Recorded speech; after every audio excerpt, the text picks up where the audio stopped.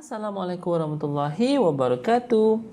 Kembali lagi bersama Cikgu Hazim di dalam Matematik SPM 2020. Okey. Jom kita teruskan dengan bab 8 iaitu sukatan serahkan data tak terkumpul, dan ini adalah contoh soalan atau contoh pengiraan data dengan jadual frekuensi. Ini dengan jadual frekuensi kat sini. Alright, jom kita tengok soalan dia. Okay, a group of 90 typists took a typing test. They were given a document to type. The following table show the times they took to type. Okay, alright, ini adalah dia punya contoh dia. So, cikgu harap adik-adik boleh faham apa maksud dia. Dan kita tengok di sini data ataupun jadual diberikan times di sebelah kiri and number of typists di sebelah kanan. Dan adik-adik kena pertama sekali adik kena faham yang mana satu frekuensi, yang mana satu nilai X. Selalunya kalau mana-mana number ataupun bilangan itu merujuk kepada frekuensi. Itu adik-adik kena ingat. Okey, akan merujuk kepada frekuensi. Dan di sebaliknya ini merujuk kepada nilai X. Okey. Jom kita tengok pengiraan yang pertama, iaitu nilai mean. Okey, iaitu sum of frequency multiply with X divide by sum of frequency. Jadi di sini adik-adik kena kira satu persatu, iaitu maksud satu persatu di sini merujuk kepada, di sini adik-adik kena ambil 10 darab dengan 15, tambah dengan 28 darab 20 dengan 16, tambah dengan 24 darab dengan 17, tambah dengan 14 darab 18, tambah dengan 10 darab 19, tambah dengan 4 darab 20. Okey, macam yang cikgu dah tunjuk contoh di sini, satu persatu. Okey, satu persatu. Okey, dan untuk pengiraan cikgu nasihatkan buat cara macam ni supaya adik-adik tak terlepas ataupun tak careless. Dan bahagi dengan jumlah frekuensi, iaitu jumlah frekuensi menunjuk kepada 90 bilangan penaip lah. Dan ini cikgu dah kira, dan kamu akan dapat bahawa nilai mean di sini, iaitu nilai mean yang kamu dapat bukan nilai frekuensi tetapi nilai X, yang merujuk kepada inilah mean minit yang diambil. Okey, ataupun jumlah average atau purata minit yang diambil. So cikgu boleh kata di sini adalah purata minit. Okey, daripada 15 ke 20, ini purata dia 16.9778 minit. Alright, dah sudah untuk kita punya mean. Macam mana pula dengan median? Ini yang cikgu dah cakap, kena buat cumulative frequency. Macam mana nak buat cumulative frequency ni ya? Okey, kita buat jadual time, kita buat number of typists. Kemudian cumulative frequency dia, pertama sekali ambil frekuensi di sini and then masukkan di sebelah kanan. Itu yang pertama. So mula-mula sekali cumulative frequency dia adalah 10. Kemudian untuk teruskan 10 kena tambah dengan 28. So bila tambah dengan 28, ini nilai dia iaitu 38. And then tambah dengan 24. Ini nilai dia. And then tambah dengan 14. Dia macam tu. Dia kena tambah. Okey. Tetapi mula-mula sekali kiri dan kanan sama. 10 campur 28, 38. 38 campur 24, 62. 62 campur 14, 74. Okey, 76 tambah 10, 86. Okey, dan 86 campur 4 merujuk kepada 90. Untuk membuktikan bahawa cumulative frequency adik-adik ni betul, 90 di sini adalah dia punya benchmark kita ataupun tanda kita merujuk kepada jumlah frekuensi. Tadi daripada soalan dia dah bagi tahu, di sini 90. Jadi jumlah frekuensi adik-adik kenalah 90 dan cumulative frekuensi kena sampai 90. Kalau tak sampai 90 atau lebih 90, maknanya pengiraan adik-adik salah. Alright, dia kena yang 90. Kemudian hanya applykan sahaja formula T 90 tambah 1 bahagi 2 iaitu T 45.5. Dia merujuk kepada kedudukan 45.5. Jadi ini merujuk kepada, sebab tu cikgu kata cumulative frequency. So dalam grup 15 minit di sini, kedudukannya hanya 1 hingga 10 sahaja. And then untuk 16 adalah daripada 11 hingga 38.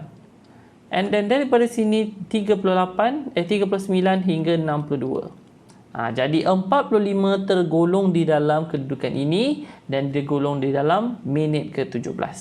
Jadi median dia adalah 17 minit. Itu maksud dia.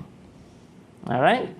Seterusnya, kita tengok mode. Mode merujuk kepada kekerapan yang paling tinggi.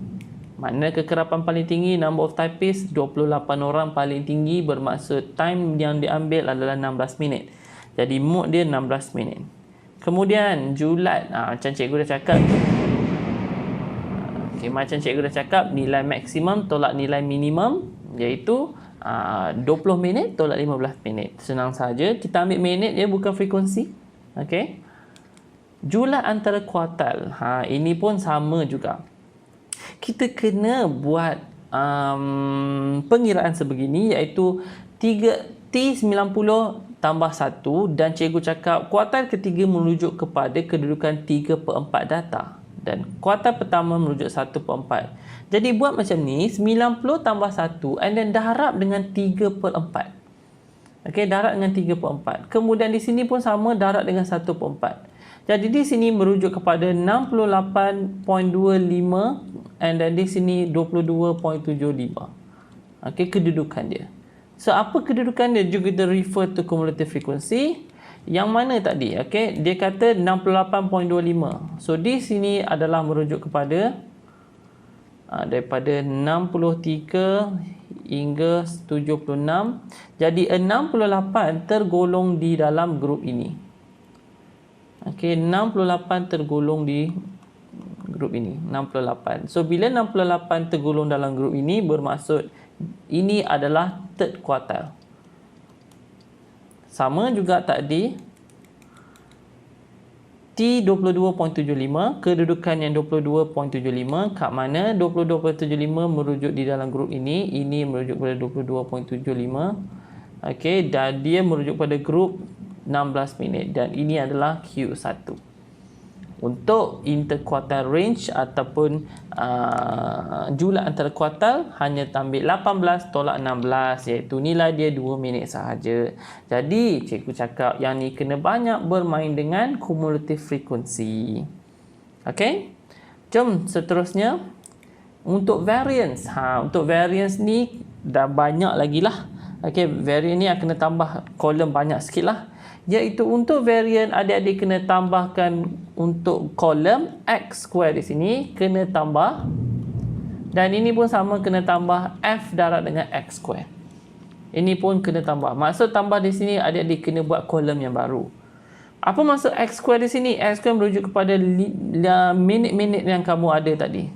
So, and then X square merujuk kepada 225 merujuk kepada 15 square. Ini 16 square, 17 square, 18 square, 19 square dan 20 square. Dan Fx ni merujuk kepada apa? Fx ni merujuk kepada nilai frekuensi tu darab lah.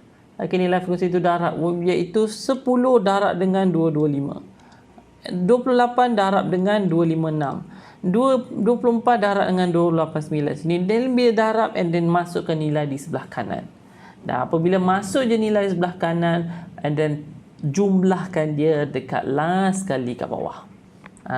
Itu maksud cikgu. So jumlahkan. Kemudian bila dah tahu jumlah semua, kita masukkan sajalah dalam formula. Iaitu formula di sini iaitu sum of frequency multiply with x square and then nilainya adalah di sini. Okey, nilainya di situ. So, masukkan sahaja, iaitu di sini 26100 bahagi dengan jumlah frekuensi iaitu 90 typist tolak dengan min yang kita dapat tadi. Tapi kena squarekan dia. Buat satu-satu and then kira, tekan dalam kalkulator satu-satu and then jawapan dia akan dapat 1.75 minit. 1.75 minit merujuk pada betapa jauhnya nilai data dengan nilai min. Okey. Dan seterusnya, sisian piawai sama juga, hanya ambil punca kuasa kepada nilai variance tadi. Tak susah pun. Dapat je variance, akan dapat dengan sisian piawai. Okey, jadi punca kuasa akan dapat 1.32 minit sahaja.